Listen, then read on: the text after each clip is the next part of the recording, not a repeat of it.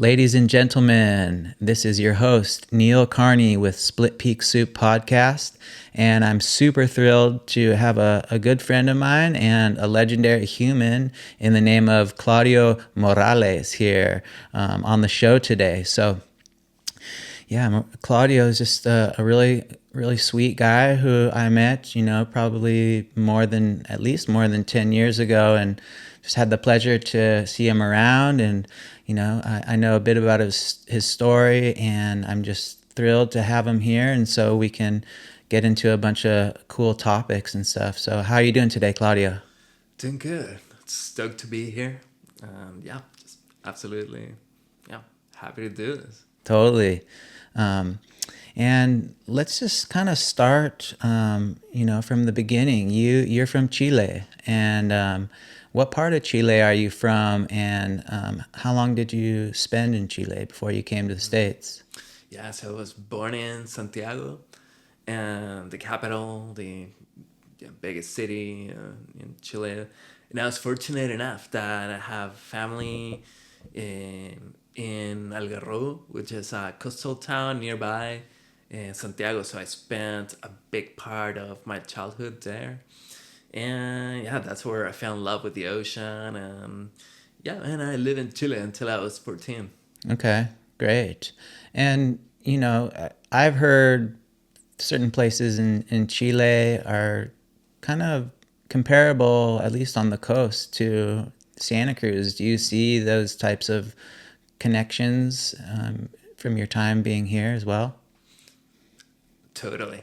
Actually, if you go to down to southern Chile, it looks, you kind of close your eyes and look out one way, and you'll notice that the trees, the layout of the cliffs looks a lot like Central California, and in fact, Chile is pretty trippy because it's so long that it's almost like taking maybe Cabo San Lucas to Alaska and flipping it upside down. So you get a big, like variety of different climatic zones, but the same way that it looks really similar sometimes to parts of California, and culture-wise is completely different. So yeah, you'll feel like maybe it looks like California, but then you look the other way, there'll be cowboys eating empanadas. So. That's classic. And so, do you come from a big family there? And so. No, I have only one brother. I have kind of a bunch of cousins, but it's pretty like normal sized family. But yeah, we grew up super close to one another, and that was it was weird being away from them when I first moved to this country and being so isolated from my family after all being so close. Yeah. And so, what led to your travels and residency here in United States? So I had family that lived in Southern California, in the LA area, and so there were some job opportunities that were open to my mom, and from that also just being aside from the opportunities for her and then for my dad, there was also their economic situation in Chile. Not being good, the situation of the country, crime being pretty bad. The thing about, even though Chile is pretty safe for being a South American country, it's probably the safest one, but still, you never feel safe there. Yeah. Uh, you're always looking behind your back when walking down the street and just seeing if there's someone following you, and so it's not an ideal. It's never you never really feel that calm and safety, and so if you put that along with the shrinking economic opportunities, which will lead to then diminish educational opportunities for us, and then so this job open for my parents. So yep, we did the whole process, and then I found myself here as a teenager, which was kind of wild. Yeah. And at that time of your life, moving down the street or something could be the end of your world, or moving across town, town that you grew up in. What kind of struggle was there for young Claudio with adjusting to this profound change in your life? Yeah, I mean, you said it. When you have when at that point I was what, in eighth grade, so I had my established group of friends in school and my neighborhood back in Chile, and then I move halfway around the world and leave everything I know behind, and I find my place. I find myself in a place where everything is just so different. The First of all, I barely knew the language, and I was here for 2 weeks before I went into high school. And so going into high school at first without knowing anyone, without understanding the English, there weren't any Chileans here, and so I didn't quite fit in with other Spanish speaking kids as much either, because there's vast cultural differences between, say, Central American countries and where I was coming from. So I just felt really out of place at first. And yeah, and it wasn't until sort of the end of my first year here that I truly, as I learn English and I understand the way of being, of going, of people.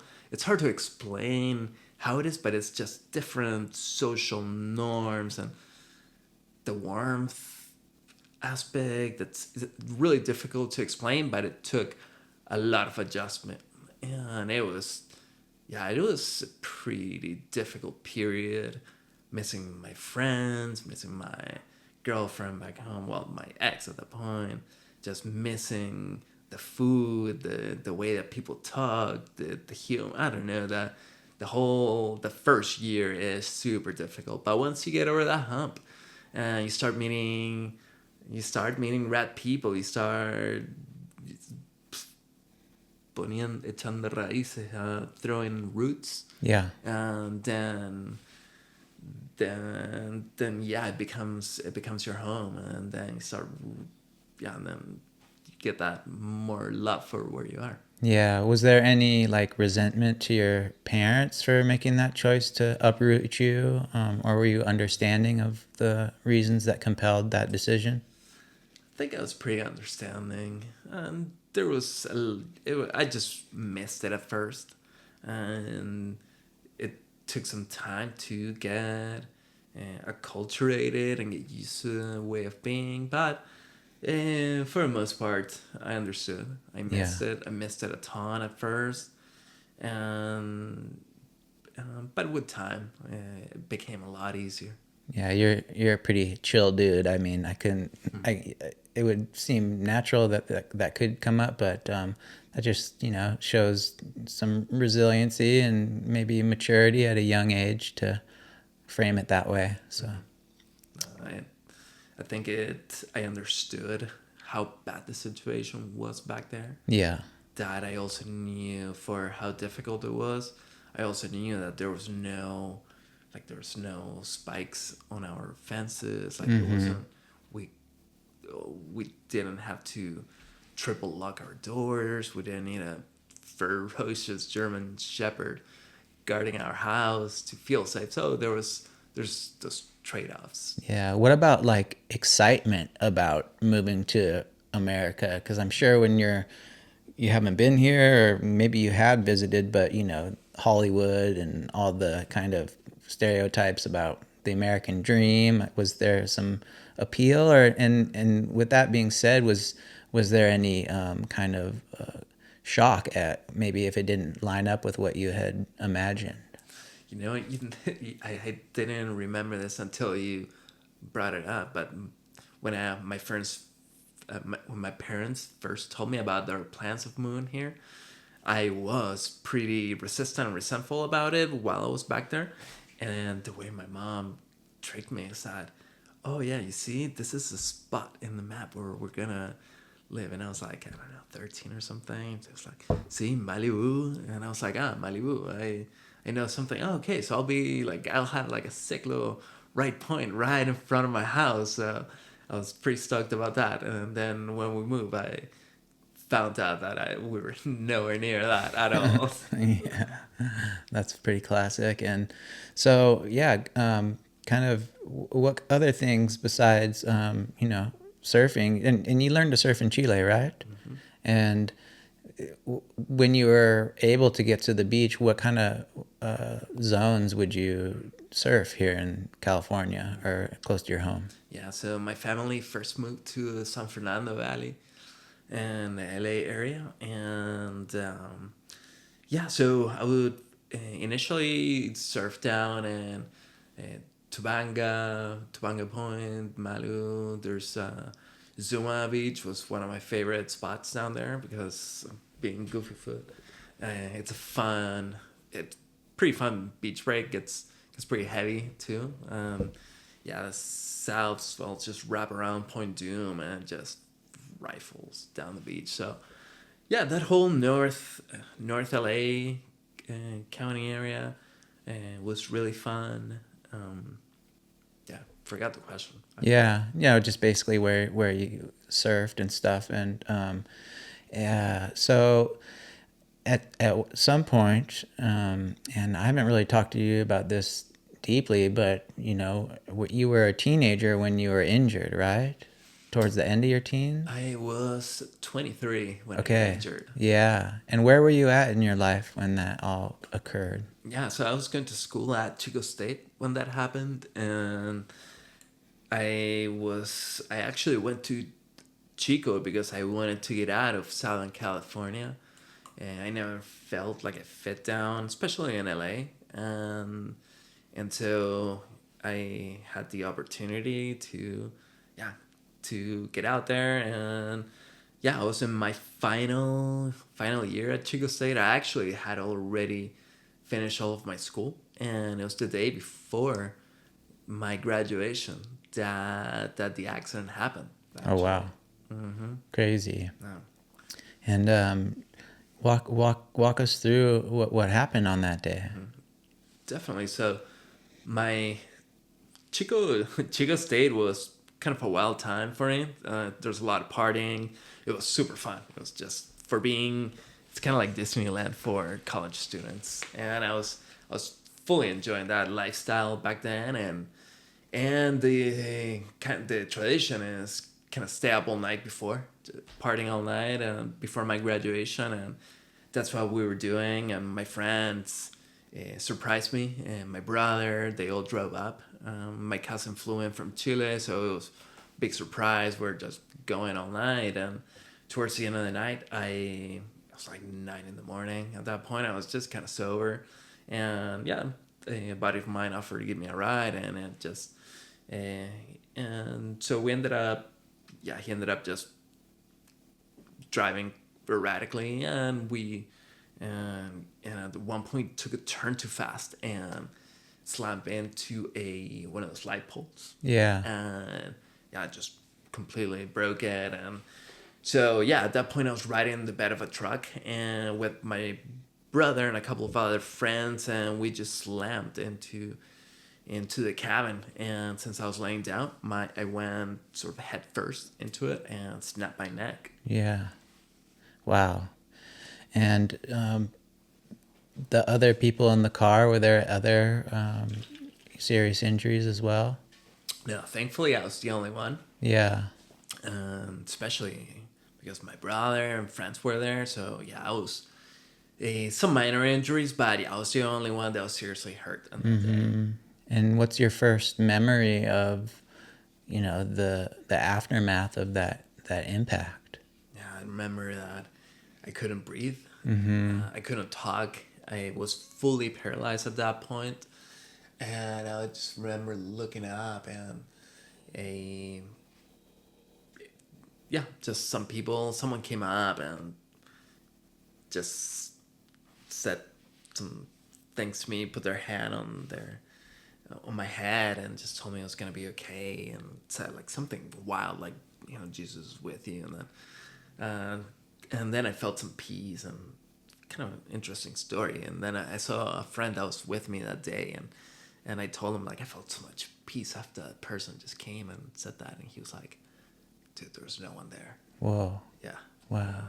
And he was like, and he was telling me like, I swore I was kind of tripping at that moment, but he's like, dude, I swear I saw like an angel or something. Like it was so much going on. But so anyway, that's Sounds like an NDE or a near death experience. yeah, it was kind of wild. I was super disoriented, but ultimately, yeah, the ambulance firefighters came, and I was like, they were like, okay, we gotta go.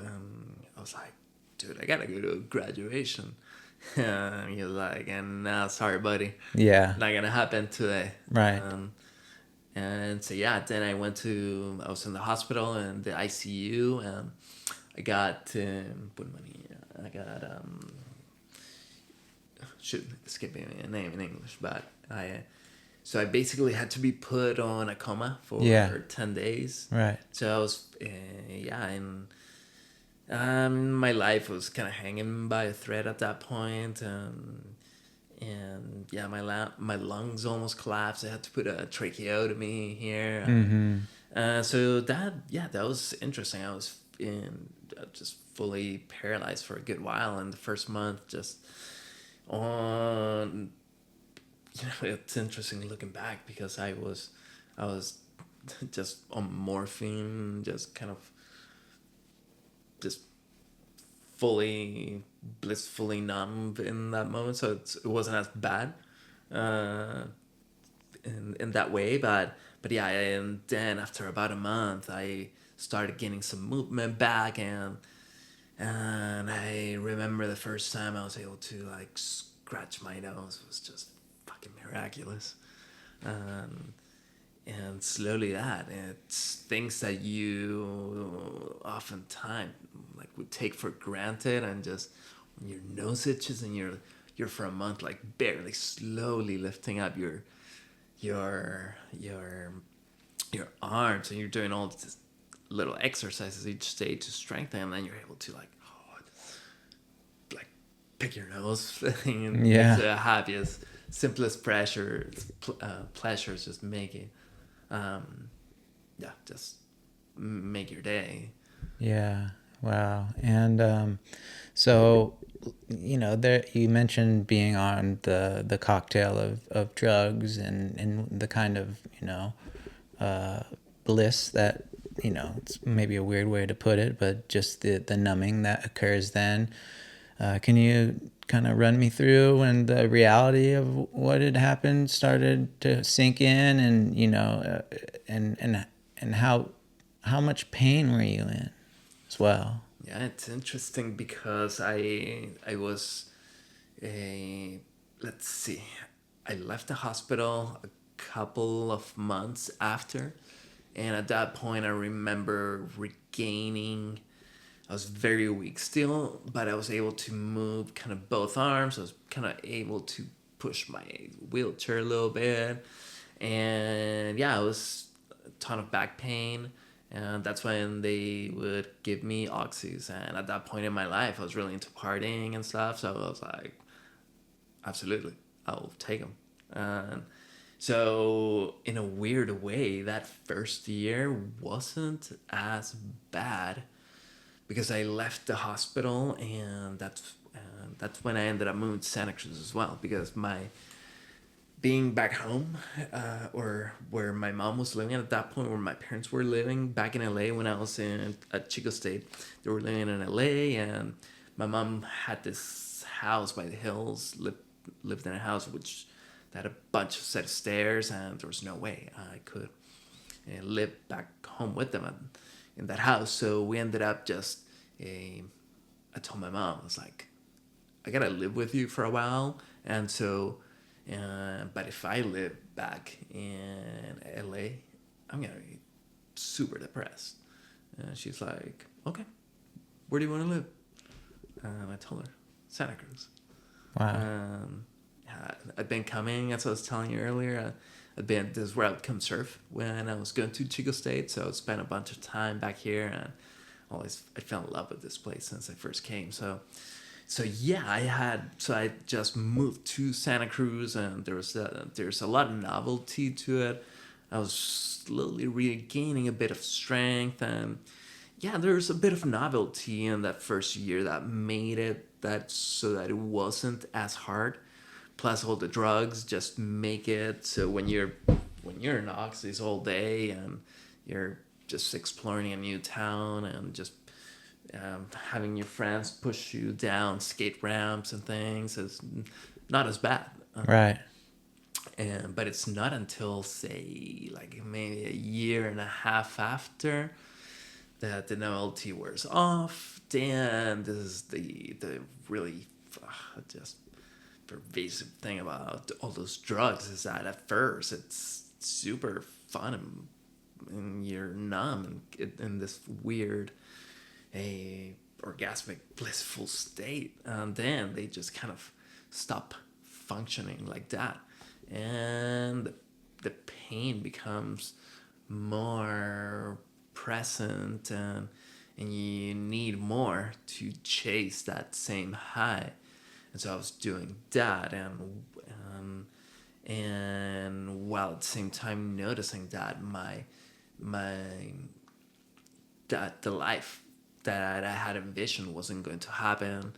I was kind of a baby at that point. I depended on my parents and friends to do everything for me. I was way less, much more dependent than much more dependent than I am right now.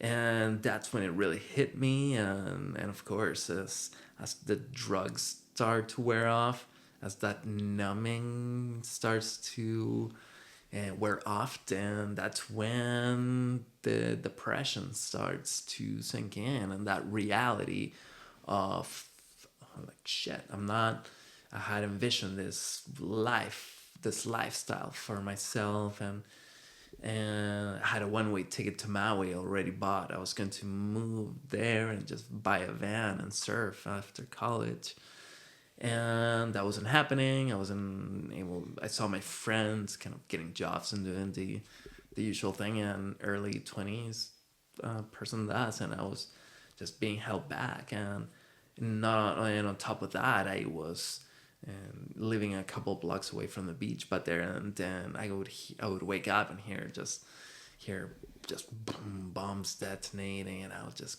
cruise down to the beach, and I would just sit on the cliff at first and have this feeling of just I'm so close, but I can't go surf. So it's like just that deep sadness and anger that comes with it, and why, and like, yeah, and that's when it starts kind of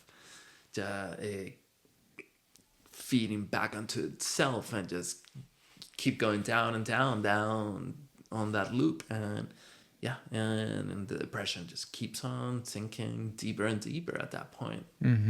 Yeah, that's such a tough time in your life. Like, I nowhere near had as a life altering, at least in an instant moment type thing as you. But being someone at the age of 17 who just basically my world gets changed by medical circumstances outside of my control that bring a lot of pain, and this formative time in your life where you're trying to be figuring things out, and if you're not figuring it out, other people are out of maybe necessity, or they're just inherent talent, and it's frustrating, like that feeling of like, fuck, why me? Or that, and that deep sadness, it evolves into anger, and so I can feel you on that, and but and then also the pain meds, like, yeah, like you were saying, like they work in the beginning, they fucking work real good. Yeah. And it's like, you like, so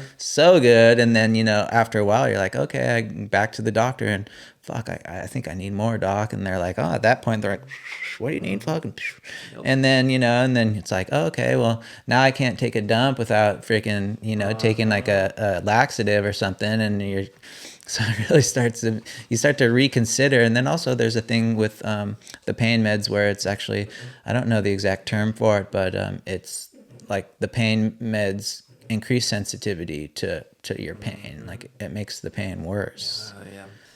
So the pain receptors become more more sensitive or whatever it is, and it ultimately, yeah, leads to feeling more pain. Yeah.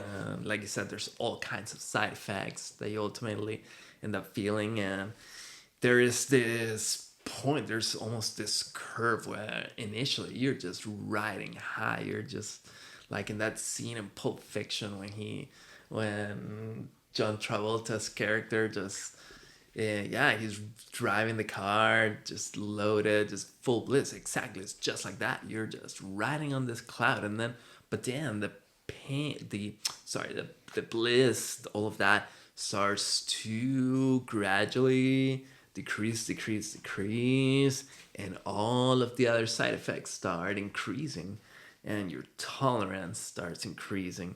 You start getting shakes and aches, and then when you're running out because you're taking more, then it becomes, you start, I can just remember the feeling of my skin just feeling so like it was gonna fall off, and the sweat, this cold sweat, and anytime I would move, I would turn my head, I would get like brain zaps, and like your brain's just electrocuting, sending electric shocks, and just so unpleasant. Yeah.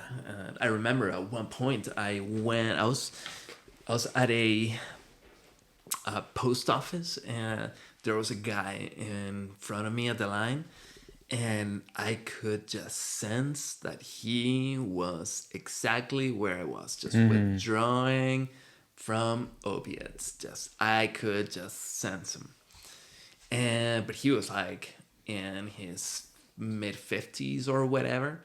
Yeah, and he looked miserable. I could, yeah, and that was kind of a waking up moment for myself. I was like, I don't want to be like this 25 years, 30 years from now. And that's when I decided to quit. And I quit the opiates at that point. Then I had a really beautiful kind of psychedelic experience at the beach that kind of shifted my perspective on things. And then I relapsed right away. Yeah. And so that was kind of the reality of the situation. That even as difficult as all those side effects were, and all, I was just not in a place to do it on my own. Right. And so was that something that, did you have multiple relapses? What was that process like for you? And did you actually get like, professional help with that besides a doctor just tapering you? Yeah, no, at that point, that's after relapsing a couple of times, that's when I told my family about it, and there was so much shame involved in that, and I was so scared because that whole immigrant mentality that you're supposed to, your family made so many sacrifices in order to be here, so you have that, all of that pressure, and so coming out and saying, yeah, I'm addicted to drugs is not easy, but they were super supportive, and that's when my stepdad told me, this is bigger than you, and you gotta get help. And but that was kind of a new chapter in my life, and I went to a drug rehab in town, and that really changed, that really opened my eyes, and kind of led me to a whole new way of seeing things. Just because being able to see and hear other people's stories, and just changing, not just stopping drugs, but changing my whole lifestyle at that point. Just doing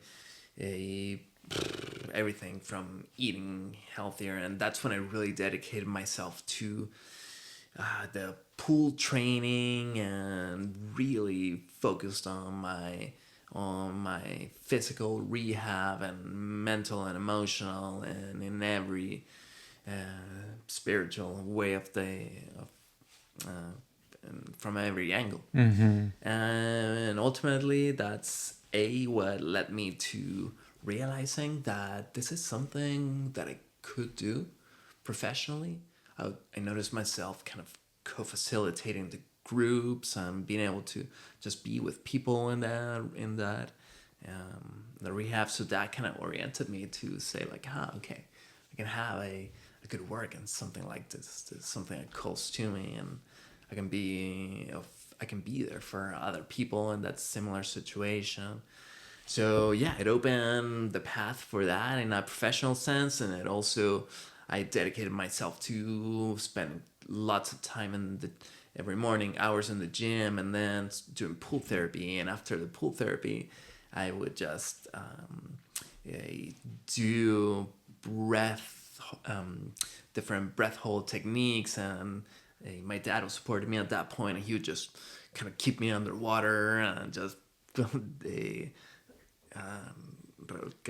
he would just kind of moving you around and stuff. Yeah. Yep. And I would just give him like a signal when I was ready to go, and we would practice like 2-wave hold down. So it was a lot of changes in different areas of my life. Yeah. Well, yeah, I think at some point you become, when you lose everything, there's only somewhere to go, and that place is up.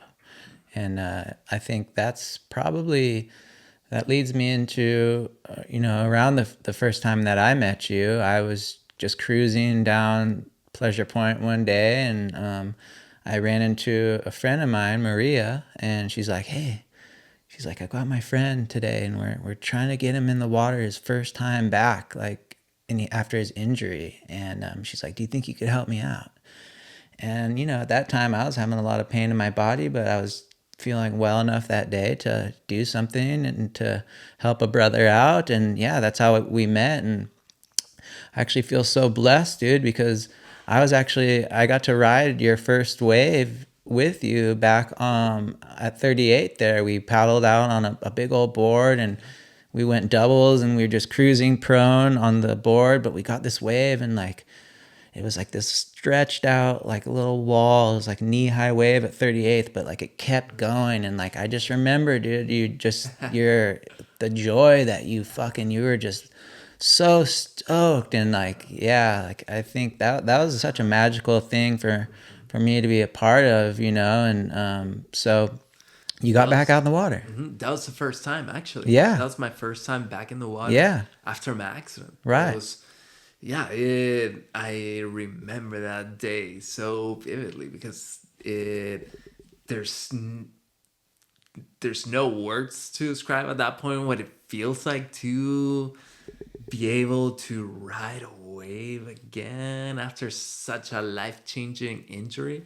It's so surreal. And I remember we were out at 38th, and I just remember that feeling, just that healing ride, and yeah, perfect size and everything for it. And it was just, it was unreal. It was, one of the trippy things that happened before the accident is that we're hanging out with my friend, the one that was driving that day, and we were just watching. I think we would always watch different surf movies, but that day we were watching Step Into Liquid, and there is a section of that movie where they show a quadriplegic surfer that is being pushed into waves by his friends. He was a pro surfer. Jesse. Yeah. Jesse B. Lauer. Yeah. Yeah, he was a good surfer, and he was projected to be like one of the very upcoming. He's from LA, I believe. Yeah. Yeah, he actually got injured at Zuma. Yeah. Westward Beach. That's a heavy freaking spot. If anywhere is gonna break your neck, like Zuma is gonna do it. Yeah, I got that. It's super shallow. Yeah. And hammered into the bottom there, so I can totally see it. And so I remember seeing that scene in that movie and just thinking, and it was so rad. Just and then he mentions how he has this organization, nonprofit organization, Life Rolls On, that they take people out surfing. And I remember this was a month before Crazy. my accident. I remember just digging it and going into Facebook at that time and following their page.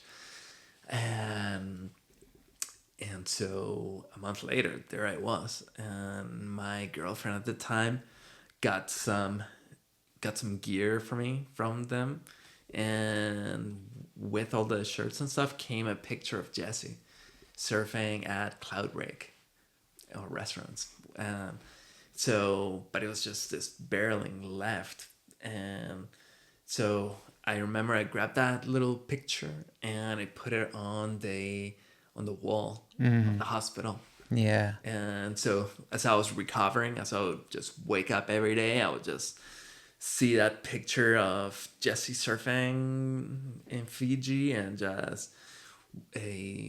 just visualizing every day. So I remember then just that when I got out of the hospital, I would just go and do my rehab and pool train and all of that. And I had to wait a year to get back into the hospital, and I was new in the community, so I was making friends, and that's when I ran into you, and right as this was happening, and that was a year after the accident, first time. We got in the water. So sick. Magical. Fuck yeah. And was there any resistance from like the medical guys about about following that just desire to do what Jesse did and get back out there? And they didn't put up any resistance, or did you tell them at that point, or just kind of go for it? I can't remember. Yeah. I think what I do remember is that they said wait a year for your neck to stabilize. And I was like, fine, okay. And so I waited that year.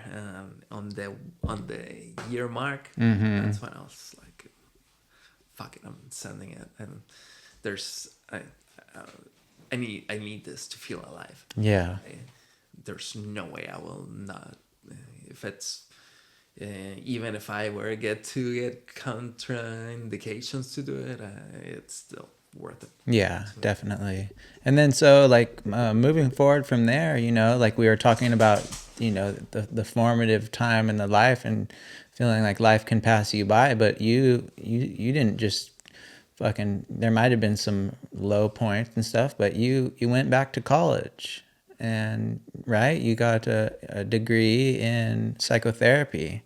How was that? I mean, the difficulties of showing up into class, and like, is there times where you're uncomfortable? Because I remember being in pain when I was in college, and I was like, this fucking sucks, and like having trouble concentrating and having to take my pain meds and stuff in there. And what was your experience like going back to school? And like, was it hard at first, or were you just so stoked to be moving forward that it didn't bother you so much? Yeah, I think it was a little bit of both.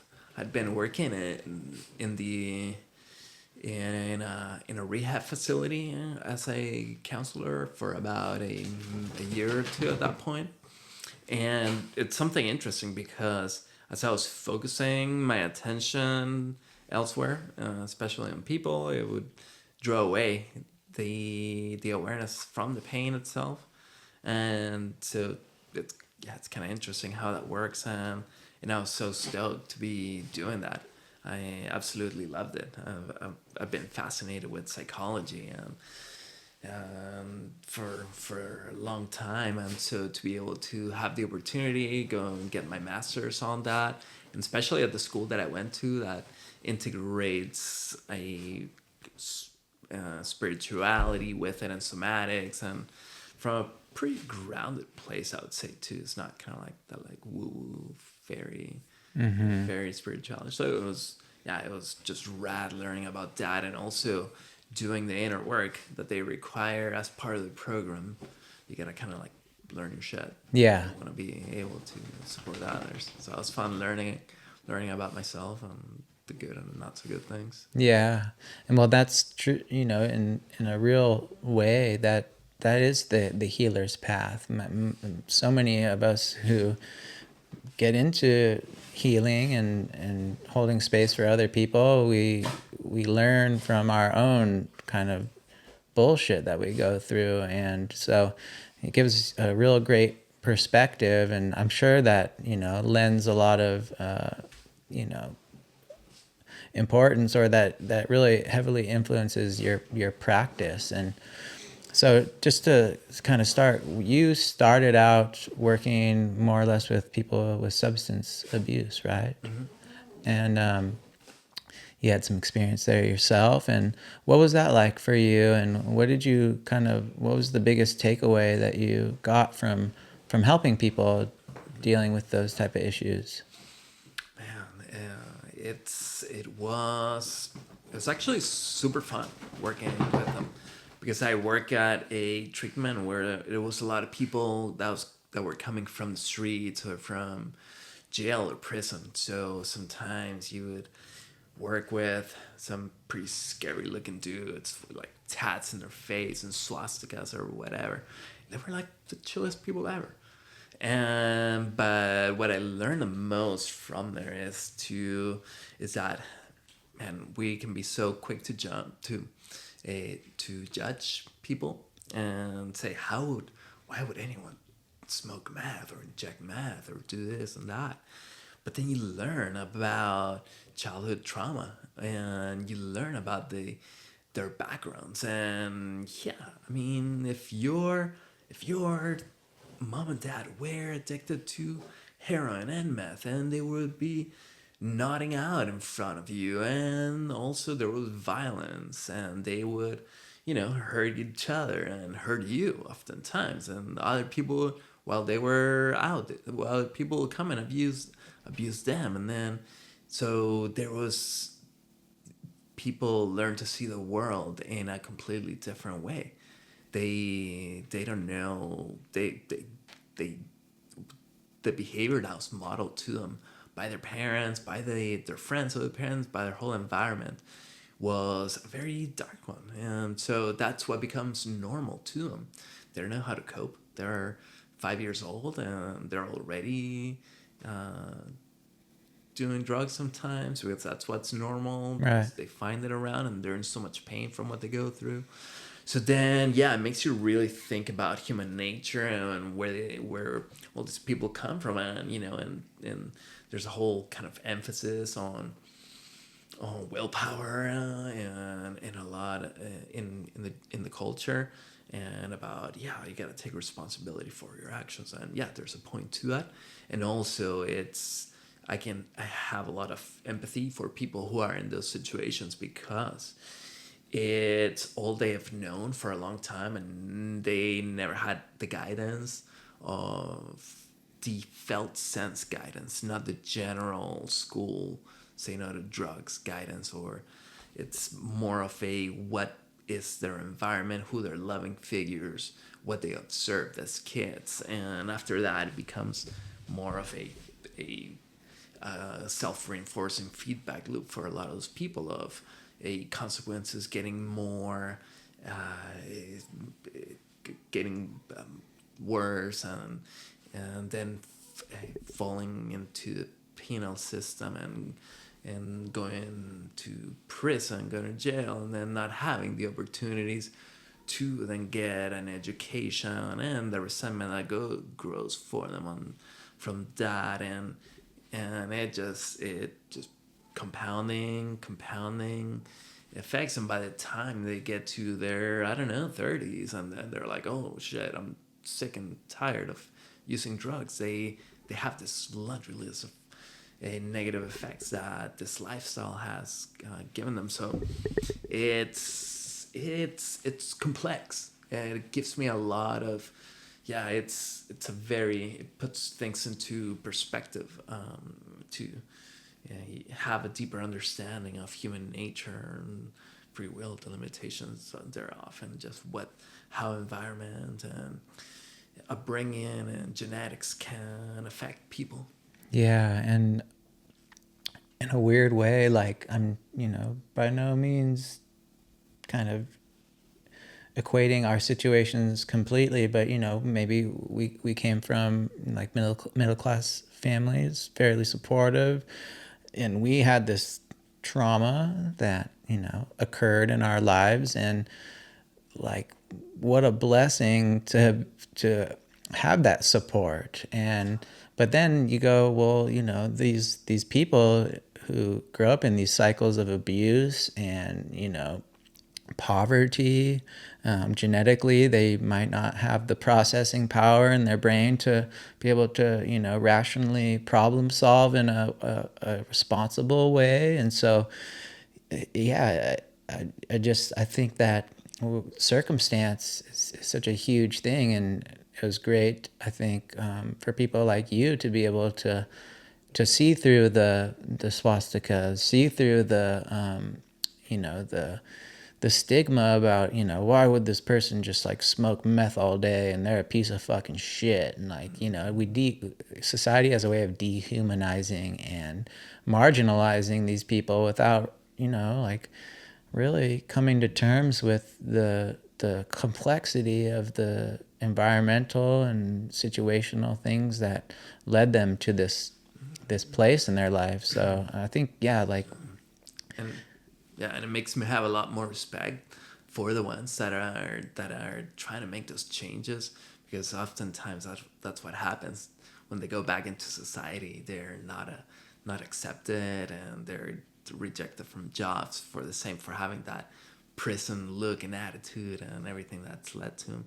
Until that's why they often end up going back to the only people that have accepted them. So I have a lot of respect for those of them who've had the resilience to somehow overcome and change and be able to develop that self-awareness and everything that's that is required in order to make those inner changes. So that whole phase was really formative in terms of how I see human nature and human beings in general. Yeah, and when you are kind of in these situations where you're like one-on-one with someone who's dealing with something like this, what kind of themes were we kind of touched on them, but like what were the types of things that in your eyes that you saw that led people to maybe be unsuccessful in their recovery? I think it's such a combination of factors and so dependent on people, because I it's I would say probably environment's a huge one. Being around, I mean, drugs are everywhere, of course, and because a lot it's really hard for them to find a place back in society. The only people that will kind of accept them are their old friends, were using. But yeah, I mean, there's and coping. When life throws shit at you and you've used drugs for a long time, then that's kind of the only way that you're used to. So I mean, there's so many reasons for it, or even just I miss that feeling. Who knows? It's so different. But I also don't want to paint drugs as all bad or anything, because I'm definitely not a purist when it comes to that. And I think there's definitely there's gray zones, but I mean there's as many factors as there are people, and their influences. Every last person, there's so much complexity to us as humans, from environment to genetics. So I hear you on that. And so where's your practice at now? Are you still working with people with substance abuse, or have you kind of transitioned to something a little bit different? Yeah, so now I'm finishing. Well, I finished my hours now, and I'm close to being licensed, and I'm working with it at a more general practice agency. So all kinds of issues. I mean, everything from depression, anxiety, trauma, grief, and I see all sorts of things. And I love what I do, because I get to have a relationship with people that is so different than any other type of relationship, and it's really fun because it's not as heavy as people think. It's actually very, very kind of natural, normal, but in a way that's also deep but fun. Yeah. Yeah, it's really cool to see people grow, to come in, and it's often pain that brings people into therapy, or dysfunctional relationships, you name it. But sometimes that's just kind of a symptom. Yeah. But it's so fun just seeing that development of awareness of patterns, and attachment disruptions, and just becoming conscious of what was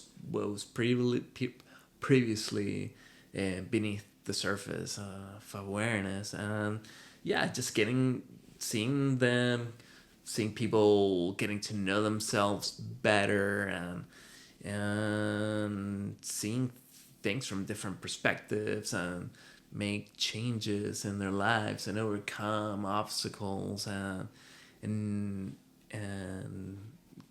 doing like a whole loop around that. Maybe it wasn't about the anxiety or the depression. That was because of other things, that something deeper within life was calling off them to do. Right. And finding themselves in a non-linear way in a whole different place in life. So it's super fun. Yeah, I've been really fascinated with, the way that pain presents itself in the body, and for everything that we know about science and medicine these days, we don't know jack shit about consciousness, and all these theories about the amount of chronic pain that people experience in their bodies.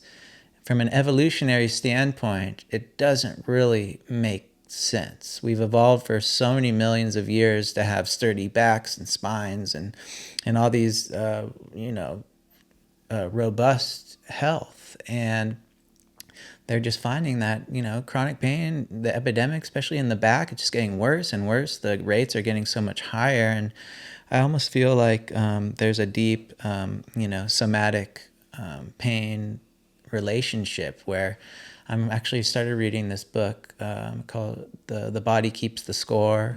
Yeah, I've been exposed to the work of a doctor named John Sarno, and he came up with this theory called tension myositis syndrome, and where he proclaims that most pain in our body is there's a physiological thing happening where there's tension, which is causing lack of oxygen to the muscles, which is causing pain and stuff like that. But that it's actually the brain is so good at pushing away trauma and grief and anger that it puts it into the body to avoid dealing with the things that are really bothering the person from a spiritual level or emotional level. And I think it's really, that's a part of the psychology that I've been really fascinated with. What do you feel about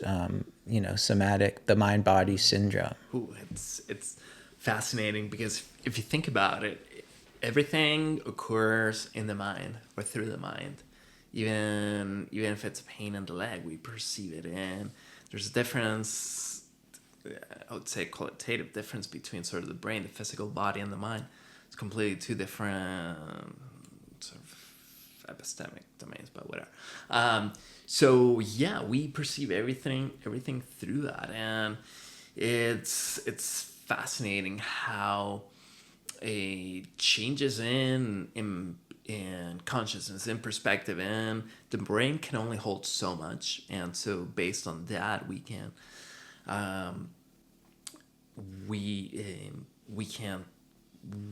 by shifting attention, pain can be regulated, but at the same time it depends on the level of pain, because sometimes it becomes overwhelming, and it's the only thing that we can pay attention to. So it's such a tricky. But ultimately, it's the relationship between the mind and the body is one that it's intertwined and cannot be cannot be separated, but their relationship, man, there's a lot to say on that. Yeah. But, No, I hear you. And what comes to my mind is, I've been teaching yoga, I've been practicing yoga for quite a long time, and just the mindfulness, right? Like the ability to kind of like sit with yourself. Okay, this is how I feel in my body right now.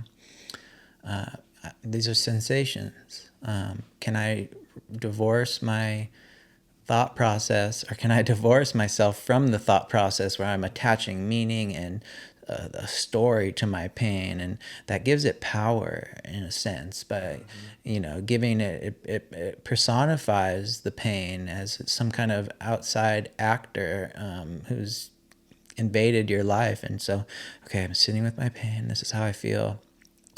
Okay, well, now I'm sitting with my mind. These are thoughts that are coming in. Okay, can I just like sit with this as just thought, or do I go into reaction mode where well, my back hurts here, and oh fuck, well that the doctor didn't do this, or this happened to me, that and you just go on, and then we have so much power within ourselves, like you said, the art of distraction. Yeah, what do you mention there? You described it really well, because there's just pure awareness, and then we get all of this stimuli from the environment. Like you said, you have all of the physical sensations, emotions, and then is the narrative that we give to it, and that's where a lot of the psychotherapeutic techniques come in, or mindfulness techniques, and it's about developing that relationship with the mind, because like you said, it's like, shit, my back hurts, and this fucking doctor, he did this, or he didn't diagnose that, and then it goes into building meanings and narratives that can then fuel further a anger, resentment, whatever, and which is well justified, and also then it feeds back and creates even more pain. So we are this is why I love surfing so much, because it puts me into those flow states where, like, in a similar way when you're doing yoga, it's you get to a place where you're just one with your breath, and you're just kind of flowing, and sometimes you just kind of lose track of things. You're just one with you're hard to describe, just that oneness moment. And in surfing, it's such a direct pipeline into those flow states where you, in this case, like push into a wave, and you get that feeling when you're locked in, when you're dropping in, and you're looking down the line, and you're just like, all you can think of is like, wow. Yeah. And you're just going, and you're just in the moment with the wave, and there's you just can't think. You don't have the space to think about, yeah, you know what, I got bills to pay, and I'm so stressed about this or that, or fuck that guy that was in traffic early. No, like, it's just, you're in the moment with the wave, and all you're thinking about is just making that section, and I'm just gonna hit, and then just do a turn, and like, it's such a pure feeling of flow, and that everything else just kind of disappears for a moment. It's just that relationship of oneself and the wave and the ocean, and that leaves just it's such a unique feeling that kind of tunes you in, both with yourself and with the wave, with the ocean, and nature. See a little fluffy sea otter cruise by, or you fucking see a dolphin or something. I was actually just thinking about that when we were talking, like, how cool would it be, and this is something that could probably become more available in time with technology, but like having a hyper realistic virtual reality, where I can't go surf today, my back really hurts, I'm just gonna plug this thing in, and as I was thinking about it, I'm like, but wait, then you wouldn't see the otter. There's a divorce, right, between like the actual like raw power of like, this is nature, and I'm actually harnessing nature by riding this wave, and I'm feeling all the energy of all the animals and people around me. But yeah, it just made me kind of think, and I was like, oh, maybe virtual reality. And then I'm like, yeah, I don't know. It's not quite, it wouldn't quite tickle that itch, but it'd be. It would help with the crowds. Yeah, it would help with the crowds. Yeah, dude. It would be fun to have it on days that it's flat. Why not? Yeah, go to Chopo or something and get a 50-foot towing barrel. Why not? Especially but there's something irreplaceable about that being out there, and especially when you're out with good friends, and especially in my situation where they're pushing me and are towing me back out to my pusher, and that feeling, that like that pure stoke when you see someone else get a good wave, and you're like super stoked for them, or you're going down the line and someone's like like that primal scream that you can just, and the high fives that go around, it's just so irreplaceable. It's so unique. Totally. Well, let's talk about that real quick, because I have a few experiences helping you out there in the water, and unfortunately it was a little physically demanding for myself, but you've got a few studs who are just regularly helping you out, get out into the water, and just talk to me a little bit about how you built that team. And, I'm sure there are challenges about people's availability and all that. It could be frustrating, but it seems like you're able to get out there, and how often are you able to get in the water these days? Yeah, that's one of the difficult things about adaptive surfing, especially in my capacity where I need 3 people. Mm-hmm. So yeah, finding the scheduling is super hard. But no, I got amazing people in my corner. I mean, I can't say enough good things about them, because they are just they're so good in the water. They're amazing watermen, and they're also just fun people to be around. But yeah, I've met them just in town through friends, just by being in the water. And they're incredible. I mean, Rob, Kyle, Sky, there's just so many good people out there. And they're just as stoked as it's just such a fun thing, because surfing is so individualistic. I think I've said this before, but it's just so individualistic, and it can be easy to be so me about it, my wave and this and that, but it's just so fun how it becomes a teamwork in my situation, because say Kyle's pushing me, there'll be, I don't know, maybe Jack or Scott they'll be on surfboards, and I'll get pushed into a wave and I'll ride it, and then I'll go down, and then there's the other 2 guys I'm kind of helpless. Once I'm out in the water, I can float around, I can just kind of swim, but I can't get back onto my board by myself. So it's kind of, these guys will either catch a wave or wait on the inside, and then they help me out, and it's such a mutual shared stoke that it makes it so much fun. It's just like, it just creates like this field of sheer stoke that is just undescribable. Yeah, a big sense of camaraderie, and I mean, that just must feel like, I get emotional just thinking about it, but that must just make you feel so like blessed to have these people who are, devoting their time and their physical energy to help you and enjoy that. And like, wow, what a positive thing. And I also wanted to kind of piggyback off of that into some of the organizations that you're involved with. I know you and Roy and the High Fives are you guys do work together. And what other, I know that locally in town we do have Ride a Wave.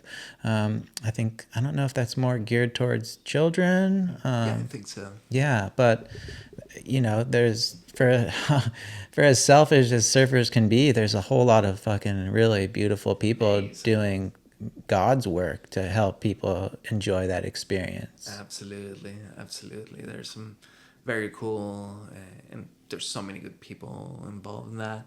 And yeah, high fives has been fundamental for me, and that they help you get equipment, but they also do this sort of camps where they've say taken us out to Maui, and we've just been out there for a week, just having a fun little wave in Puamana, surfing all day, every day, going up to Honolulu Bay and getting a pretty good size, getting work. Yeah.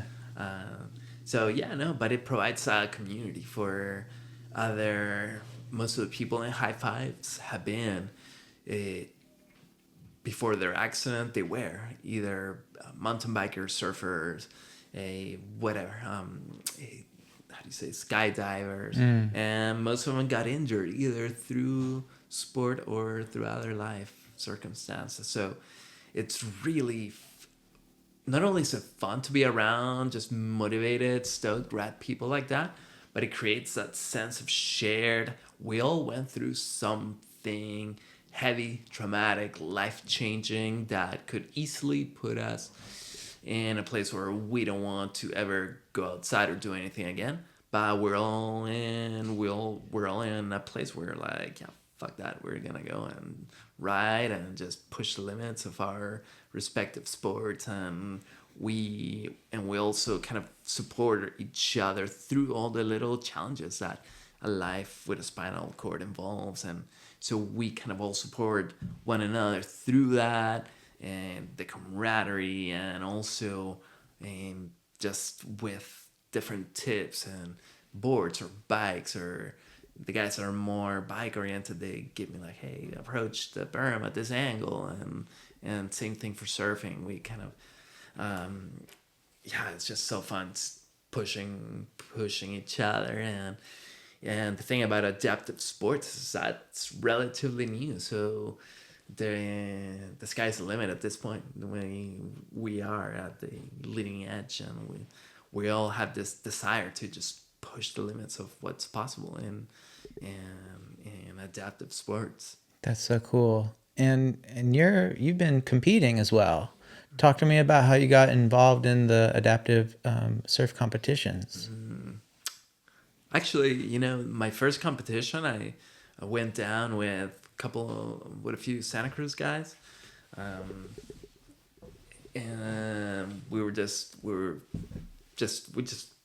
sent it one day just for fun. We're like, might as well try it. Why not? And I went down to Oceanside for the U.S. Nationals, and I remember on my first heat ever, it was a 4-man heat, and in that was Jesse Vilauer. Oh, wow. Yeah, talk about full circle. Yeah, crazy. The guy who I was visualizing that every day in the hospital, my first competition, and I'm like, great, I'm fucked. Yeah. I somehow ended up winning my first heat, and both Jesse and I moved on, but we went on different brackets, and we ended up meeting in the final again. Wow. And yep, he beat me. Yeah. He got me back. But yeah, no, after that, I kind of got hooked to the competitive side, because there's something fun something so fun about pushing myself, and it's so different than free surfing. For some reason, it's so much harder. Something about having the only 20 minutes and reading the conditions right, timing the sets, but even the more you prepare, it never works out the way that you want to. You always have a strategy, and the ocean's like, nah, fuck that. Well, there's something about about surfing in a heat. It's the pressure, it's the time limit, and it's the mental pressure that you place on yourself to perform. Like that, I think, just drains you physically. Like, you could surf a 15-minute heat and be fucking just corked for the rest of the day. So it's like, it demands a lot. And so, yeah, I think that's like especially dope that you're going out and doing that, and considering the limitations that you have, and you're fucking killing it. You've been able to, it's brought you to some pretty cool places on this planet, right? Absolutely. It's been a ton of fun.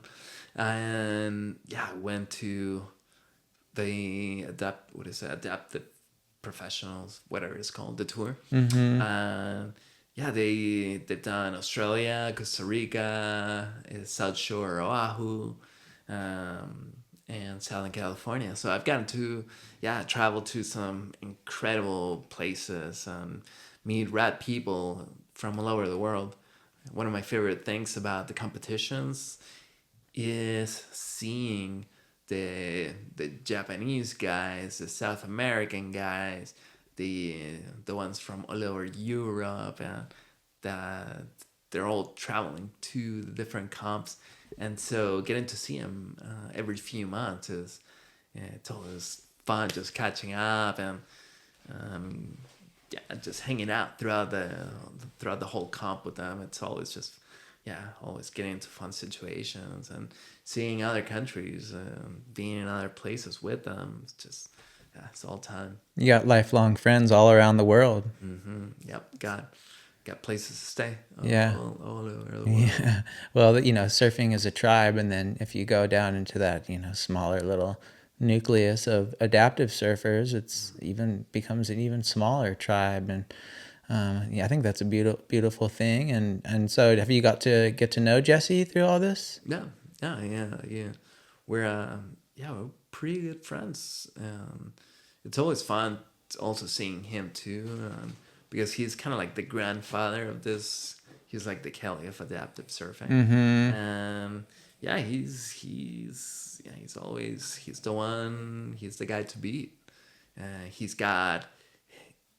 He's him and his pusher, Jesse. They're both Jesse's. Jesse squared.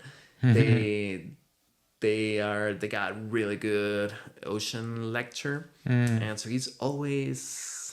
It's funny seeing him because he's super competitive and he's always got his own peak, and he's very smart competitor. And sometimes he will be just sitting there for a while, and you looking at him, you're like, I don't know, it doesn't look like that. And then sure enough, a wave will come with like 3 minutes left, and he'll get a 9 on it. Yeah. God damn.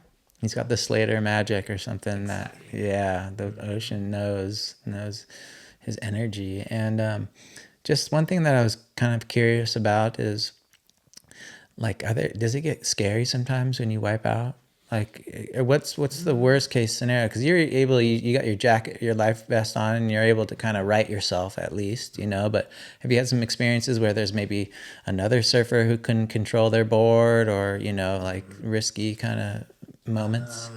It's it's kind of scary, but less scary than when I was full able-bodied, I would say. There's something, I was talking with someone about this, in that we, especially in bigger surf, we have this illusion that if we get caught inside, that there's something we can do about it, but not really. I mean, where the most you can do is maybe dive a little bit, but like hold your breath, and that you're going for the ride. Yeah. I mean, whether you're paralyzed or not, there's so little one can do in that situation. So I love that part of it. Like, I love getting work. Yeah. There's something about just getting ragdolled, Yeah. and feeling the power and the energy of the ocean. That's like, it's so violent and just so, it's kind of like a mosh pit. And the thing is that I've done enough pull training to be able to hold my breath for long enough, and to feel calm underwater. So since there's nothing I can do, I just hold my breath and go for the ride.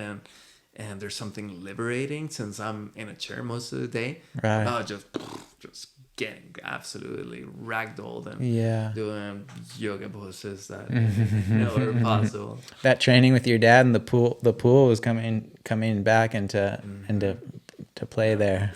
Yeah, no, and you know what? It also is helpful to know that my team is on top of it. Right. I mean, the people that I surf with are just incredible watermen and good swimmers. Lifeguards and firefighters and stuff. Skiers, yeah, and so I know my trust in them. When with adaptive surfing, it's maybe similar to a tow team, and that you gotta be really in sync with them, and they're amazing. I mean, I think a lot of my calmness in the ocean, especially when getting work, comes from my trust in them and being able to just know that they'll be there for me and that they got my back. Even situations like when we're surfing Honolulu Bay for that trip, and it was pretty solid. It was like at least 8 feet, and can't remember, the wave kind of closed out. I was trying to get out and it just sucked me back, and then I remember I got worked so hard. And the thing about Honolulu is that there's a cliff on top, but the reef starts getting shallower towards the cliff. It's not like the point where you have more kind of deeper, a little bit deeper water. Right. So, but I remember I got so worked on that first wave, but then Kyle was there, and he just like just grabbed me, and we took maybe like 5 more waves in the head, and we got fucking pounded so hard. But we were just kind of cruising. We were both just kind of going with it, and we got and it was pretty fun. I mean, like I love that part of it. I like it nearly as much as I like riding waves. Yeah. I just love getting worked. Well, there's something makes you feel alive when you get your ass handed to you by the ocean. I mean, yeah, we're gluttons for punishment, So, yeah, dude. Some masochistic component there. I love it, man. Guaranteed. I just love getting work. Yeah. You got there's that connection with the ocean. It's like a spiritual experience. Mm-hmm. We got Ozzy here. Yeah, it's your fan, biggest fan.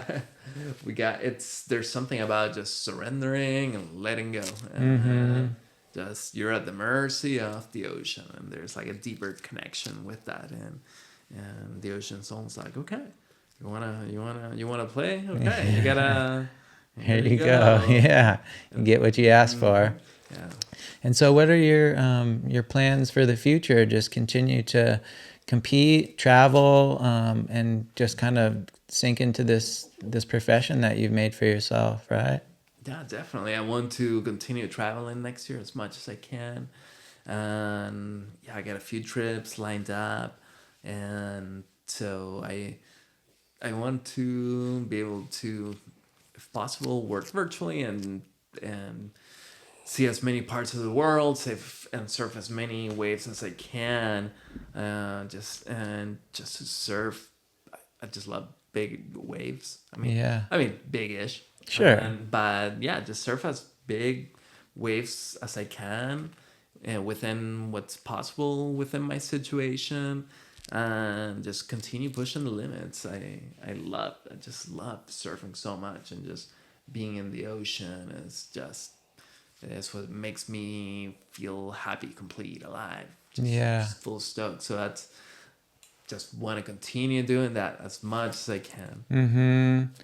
Well, I mean, your story is so inspiring, and it's touching, and I've just been so thrilled to be able to watch it unfold, and to be out there with you on that first wave back. That was such a special thing for me, and it's really special for me to have you here today and to talk about all this stuff. And you're an amazing person, and I think that you're doing great work, and I'm so proud of how you've handled all the adversity that's come your way, and in a weird way. I'm not going to speak for you, but I know that a lot of the things that have happened to me that are felt unfair or painful, they've forged me into the person who I am today, and that's the person who I love. So that radiates from you when you talk. So Yeah, I was just gonna say that.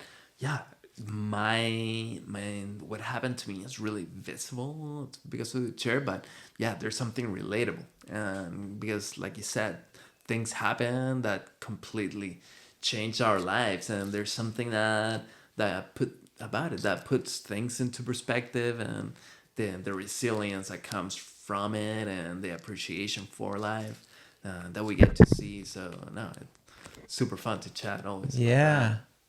Well, hey, we'll have to get you on here another time soon, but this has been such a great experience, and I think that your story is gonna be really useful for anyone who listens to it in a number of ways. But so, that's it for us here today. That's Split Peak Soup podcast. We're part of the Santa Cruz Vibes podcast network. So we come out with issues of the print magazine 4 times a year. So make sure to grab that when it comes out. We've got one coming out in about a month or so. So Claudio, it's been a pleasure, and keep doing your thing, man. It's so great to see where you're at. No, this was super fun, man. Anytime. Right on. All right, you guys. Well, take it easy, and we'll check you out on the next serving of Split Peak Soup.